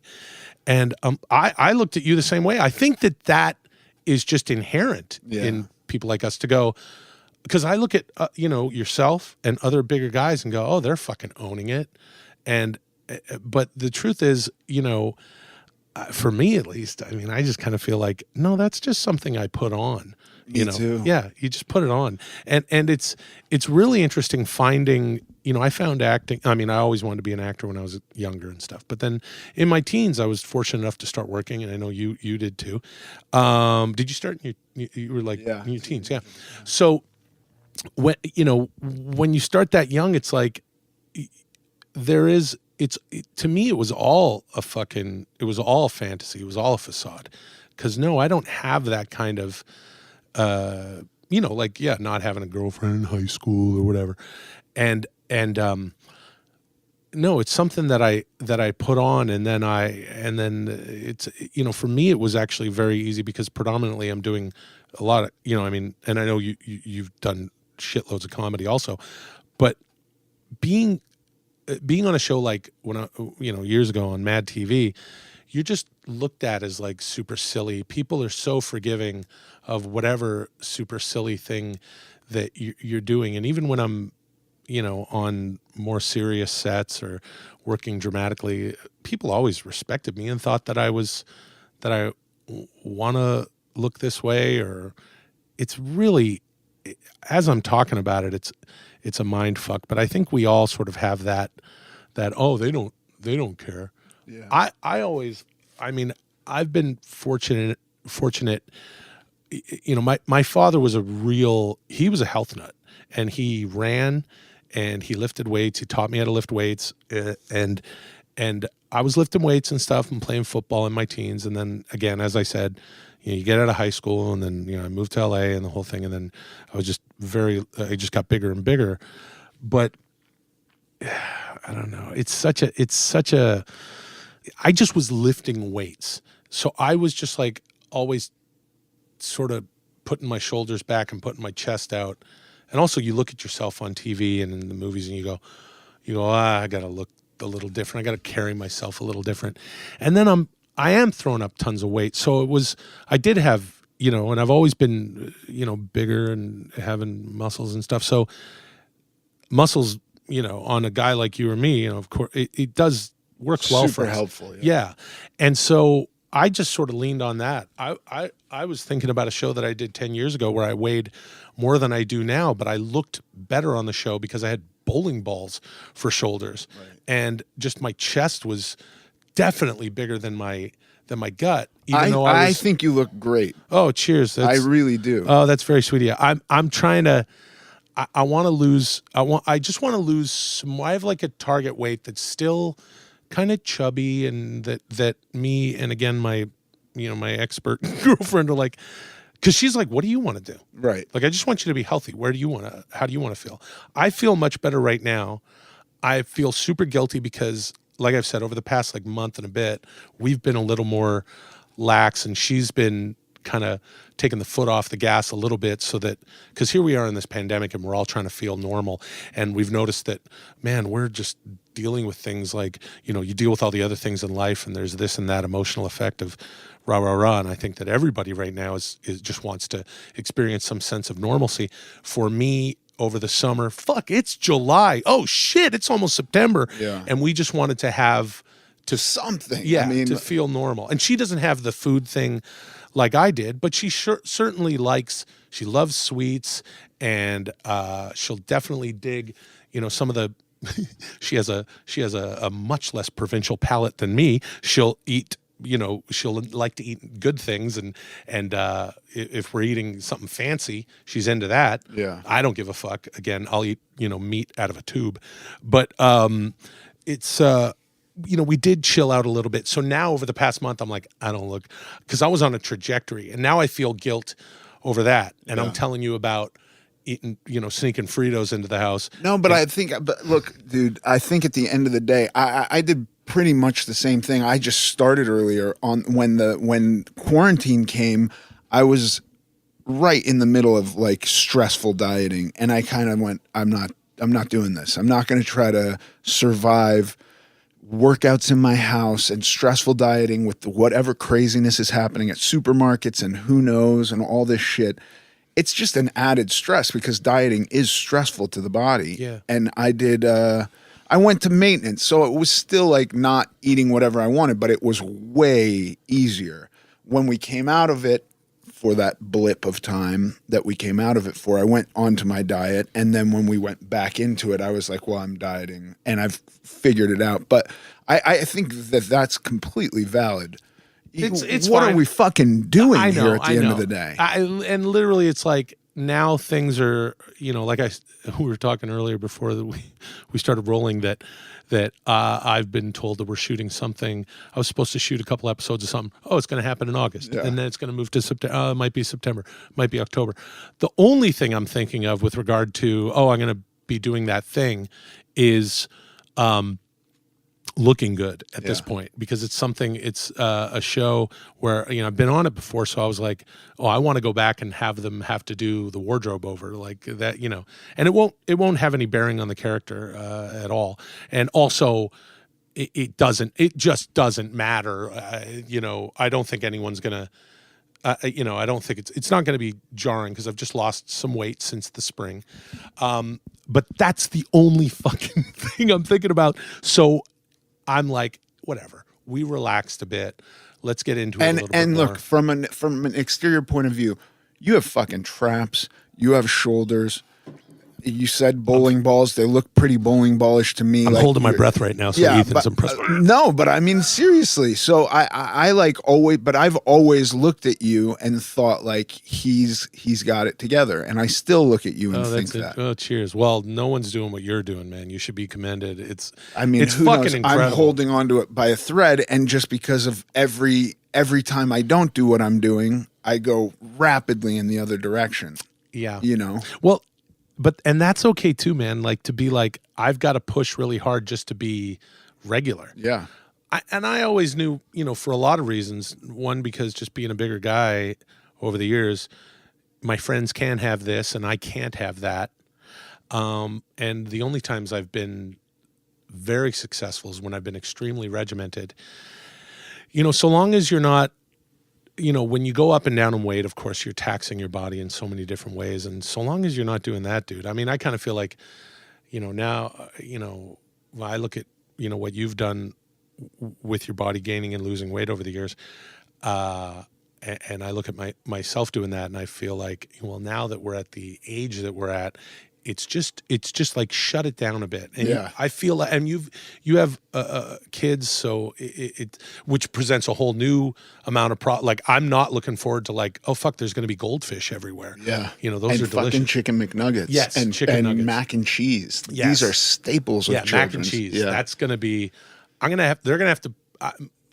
have to like get our kids, like like I said, we'd like to have kids, and it's going to be one of these things where we're going to have to develop something that the kids are completely immune to, that she can put into the mac and cheese that'll be like a syrup of Ekacac that will only work on me. So that like that pill they give to alcoholics where it's like, you're going to die. Yeah. So take this pill. If you drink alcohol, you'll fucking throw up and have to be in bed for 3 days. That's what we're going to have to, I'm going to be working with a chemist to develop, and I'll let you in on it. It will have no flavor. The kids won't notice that their mac and cheese tastes different than the other kids when they go to someone else's house. I'd be like, oh, their mac and cheese doesn't taste like fuck. Your mac and cheese tastes like aspirin. Yeah. And we'll put something in there to where if I take a bite of this mac and cheese, I'll be blown brown out of both ends. Yeah. That would be good. That's what I'm thinking. That's the sort of. I think that too, dude. I mean, that pill, I wanted that pill for food for so long. Like if they had that, I would take it. Yeah. And then I heard about a pill that made you shit your pants a little bit, but it like shot the fats and carbohydrates right through your system. Yeah. And I was like, I got to try this. I think it was even called Alley Oops. Maybe I could be making that up. I don't know. Dude, I'll share something super fucking embarrassing that I was just telling a bunch of friends about. I mean, when I told my girlfriend this, she was like, what? What is that? I was working with this naturopath a few years ago, and I lost 45 pounds doing this thing over a summer. Oh, this is embarrassing. Basically what you do is it's a hormone that you inject let me just skip to the end. I have an incredible doctor who's actually not far from here who's like, what are you doing? That's a fucking placebo. You were eating right. That's how you lost why the fuck, who's this fucking doctor? Why aren't you talking to me? I was like, I don't know, he's a naturopath. You just get some B12 shots and stop trying to fucking, you're not, what are you doing? What are you, don't do that. But what you do is you take the very little amount of this stuff with a syringe. You get this stuff delivered to your house in this like vacuum sealed, the way a kidney gets transported. It's all, got ice packs around it. And it's these two little fucking serums that are nothing. And you mix them together, and then you take a syringe and you pull out a few cc's, and you have to inject yourself into the fat around your belly button because and it'll spread from there. You can go anywhere else in your abdomen if you feel like it. Doesn't really matter where. And you do that every day. And now here's the diet. And this is fucking incredible. This is what he told me. The diet was developed during the famine in the 1980s in Africa.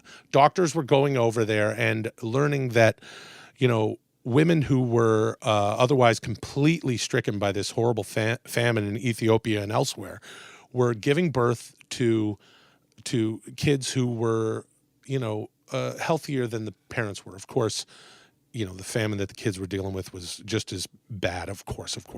But upon being born, the nutrients and the fat and everything were speeding from the mother, the host, into this child so the child could be healthy. That's the way our bodies work. Leave it to fucking American doctors to go, oh, well, what we do is we localize that hormone and inject it into fat people. So I think I know this one. Yeah? HCG? Is it HCG? Yeah, dude, I don't even, that sounds familiar. I don't remember. Yeah. Yeah. It was, I'm like, this isn't HGH, woman, is it? Am I going to grow? No, it's totally different, but it's like, I know this. And you eat like a piece of Melba toast. Yes. And like a 3 ounces of chicken. Yes. And 2 stalks and vegetables. Yeah.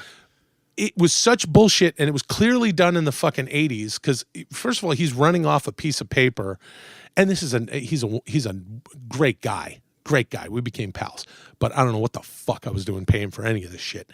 I probably owe him a call. So you get this fucking thing, and then the menu is 2 breadsticks or a specific kind of Melba toast, right? And then you can have your low fat protein you're supposed to have, and then one kind of vegetable, because these fucking people who came up with the diet were like, yeah, give fatty one kind of. Yeah. So Swiss chard or a sliced zucchini, tomato, or some tomato. Don't mix anything with anything. No oils. Right. Well, that'll shed some fat. Maybe it's that. No, it's this pink stuff that you're injecting into yourself for a grand, or whatever. Let me ask you this, because the thing I remember most from that diet was gorging before doing it. I was told, yes. You eat for 3 days. Yes. And you eat everything. Yes. And you want to fucking just eat fats and everything. Like, I think I did that diet simply because I was told 3 days of stuffing yourself. Yes. Dude, I went to kettle glazed on Franklin for the first and last time. As I'm thinking about it now, I'm like, oh yeah, I always told myself I was going to go back to kettle glazed. This was 7 years ago. Right. And I'll drive by it and go, oh, that's kettle glazed. They know what they're doing. I haven't been back in there yet because that's a fine establishment. It's not open at 3 a.m. I don't eat donuts at 4. I haven't had a donut before 2 a.m. since I was a kid. But if the light is on at Krispy Kreme at 2 a.m. and they're saying it's piping hot right now, So this shit, I noticed on the menu. I remember I said to the doctor who's giving me this photocopy of the thing. I'm like, what?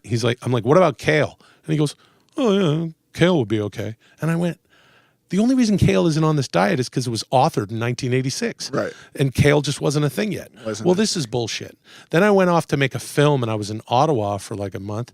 And I was eating, it's like all that East Coast of Canada has just such a smoked meat culture. You can get like the best Montreal. Yes. Yeah. So I was going, I was like a touring carnival professional wrestler in the 1950s, bringing food into the hotel room, cutting tomatoes on a fucking like Tupperware lid. You did it while working? Yes, man. In a fucking, and we're all staying at the same hotel, obviously. I'm not doing anything out of what everyone else in the cast. We're just staying at this hotel. It was great. And so I didn't have a kitchen or anything.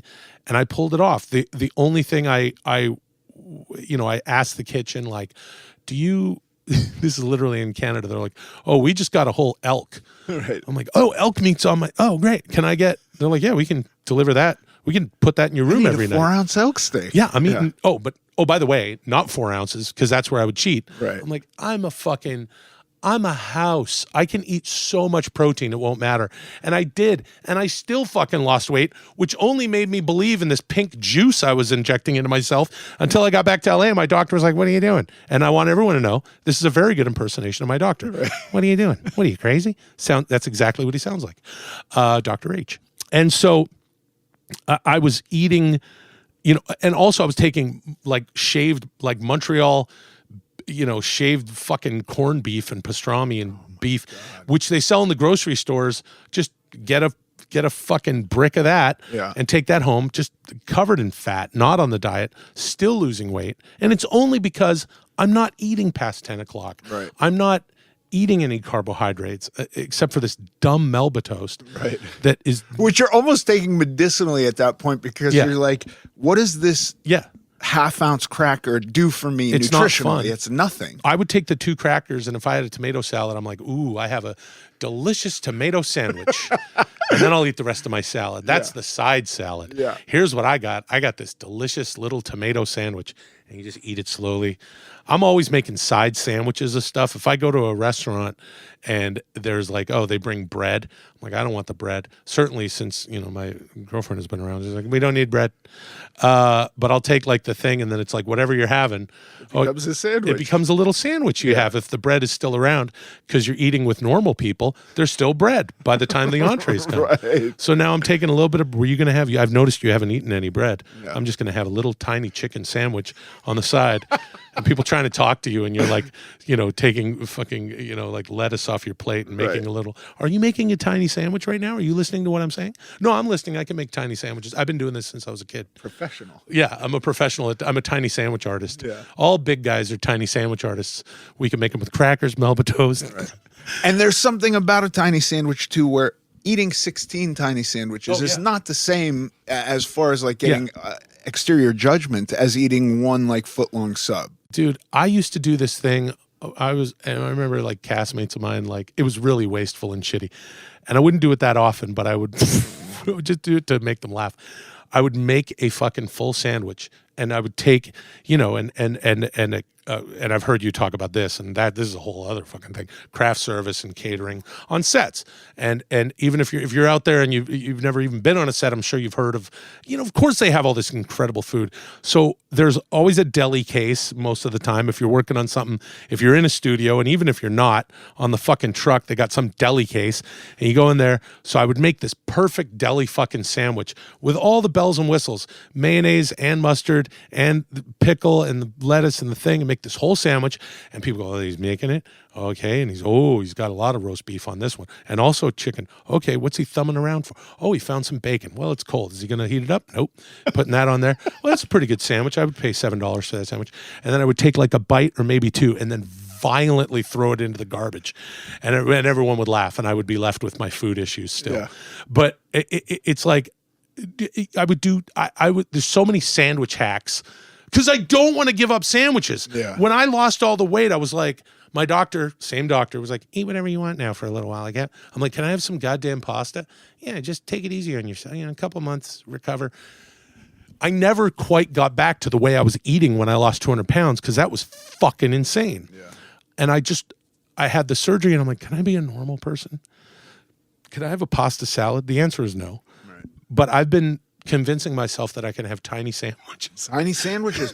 That'll be the name of my book, Tiny Sandwiches, forward by Ethan Suplee. I wanted to be a normal person to have tiny sandwiches too, and then I discovered White Castle on a trip to the East Coast and was like, oh, well, that's what they do, tiny sandwiches. I'm going to get 24 of them.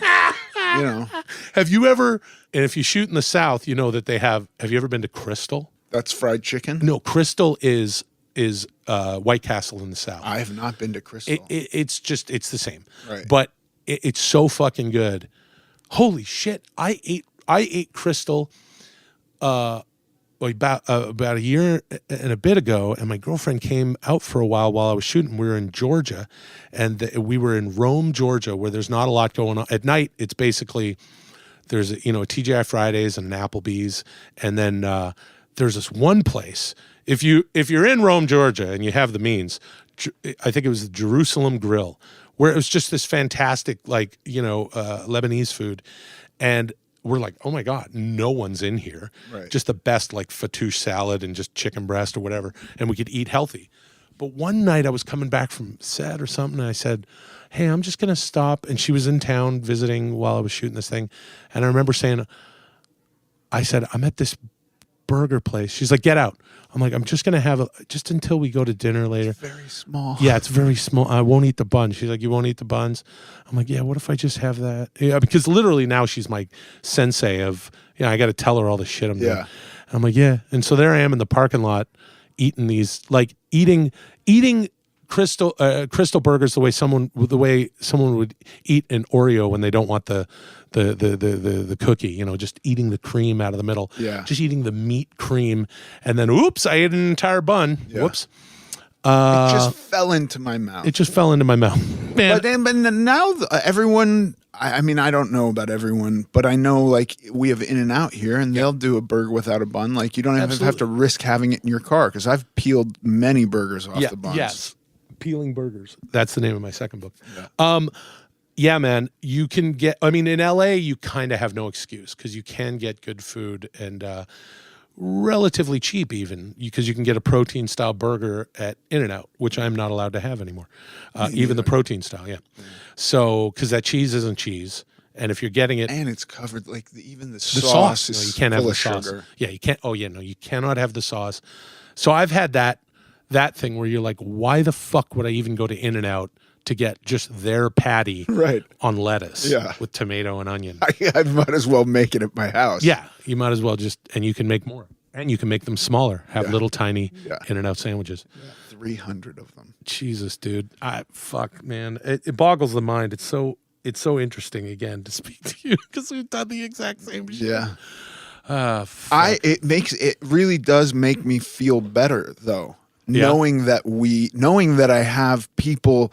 There's some weird thing about doing this shit for so long where you feel alone and isolated. It's like getting sober too when you go to a meeting and you're talking to people and you realize like, oh fuck, a lot of people have the same issue with substances that I have, and I'm not alone. And there's something that feels better about the talking. Like, dude, I never wanted to talk about this. I never felt comfortable talking about this. Yeah, why did you? May I ask, why did you decide to do this podcast? I woke up one day and was like, maybe this will help keep me accountable, one, and I've been doing it for a long time. Like I can talk about my experience and maybe somebody out there will get something out of it. What you're doing is really important, and you do have a vast knowledge. Just listening to you talk a little bit on the podcast, I'm like, oh fuck, he knows his shit. Oh man, he's talking macros and micros.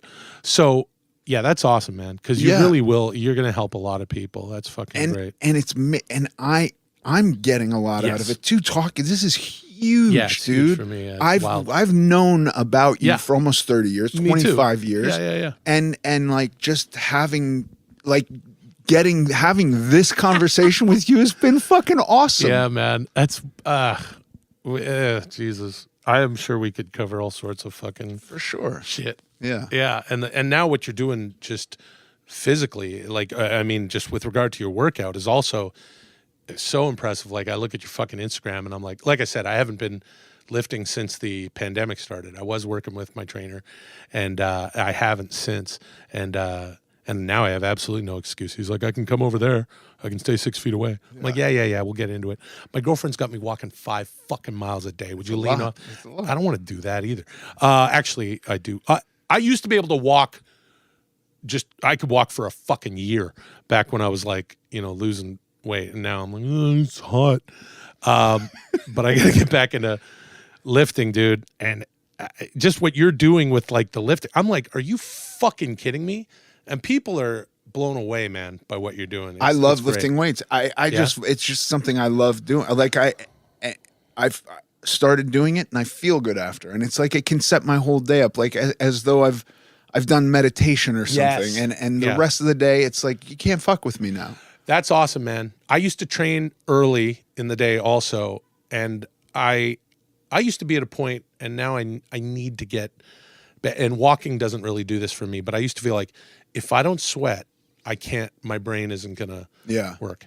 And I'm not to open a can of worms, but that also, if you're dealing with, any kind of, obviously, and I could go on and on, but obviously if you're dealing with any kind of depression and you're trying to lose weight, of course it releases these endorphins, and it is very beneficial to sweat. You will feel better in your mind an hour later. And I have let go of that weights really did. There's nothing like weights to make you feel spent in the way. Yeah, in the way that it's different than any other. It's different than any aerobic workout. It's different than yoga, which I've done.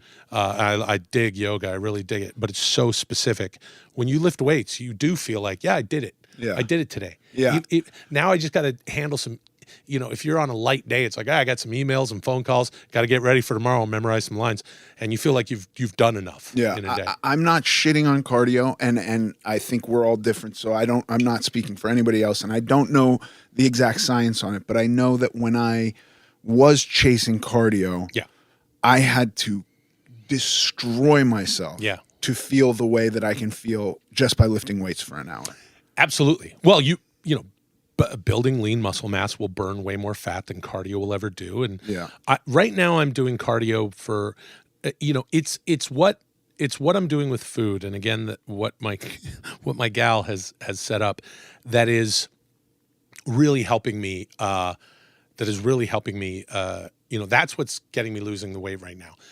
Going for the walks is really beneficial just physically, but no, it's not. I don't think it's I'm of the same. I subscribe to the same thought, and that's why without weightlifting, I would not have lost the weight. Yeah. And I was doing my cardio because I was also, I mean, I was nuts and you know what it's like when you get into a workout thing. You're like, oh, I got to fucking bust my ass. Of course, I'm going to do the cardio as well. Oh shit, it's better to do it before than you read something. It's better to do it after. Whatever. I killed. Do it fasting. Do it after a meal. The whole thing. Yeah. There's so many theories, but I do a little cardio now. I feel nothing but warm. Yes. If I want to feel the way after I lift weights from cardio, it takes a lot more effort. Yeah. For me. Well, fortunately or unfortunately, this walk that we do is an hour and a half. And it's 5 miles, an hour and a half. And I do feel like, fuck this when it's over, which is good. And I'm always trying to talk her into shortcuts. Yeah. Well, what if we go back? Oh, aren't you training a client on Zoom now? Don't you? Right. Don't you have to get back? She's like, I'm fine. I don't have to take a shower before. Yeah. Nah, we could just take this shower. It's fucking hot. What are you talking about? 6:30. It's not going to get any cooler.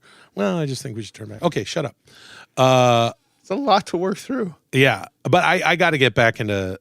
Yeah, I got to get back into lifting the weights. And I do dig it when I'm doing it. It's just, this is the longest I've gone without lifting weight. It's been 6 years. Will, thank you so much. This has been a fucking pleasure, man. Dude, Ethan, it's awesome to be here.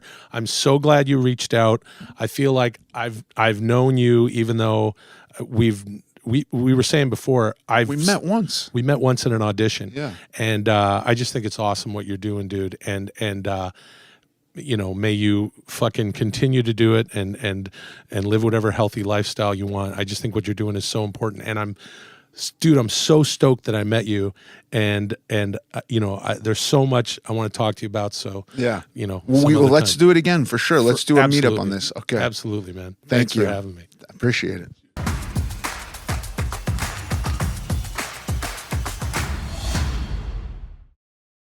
And now for the Q&A.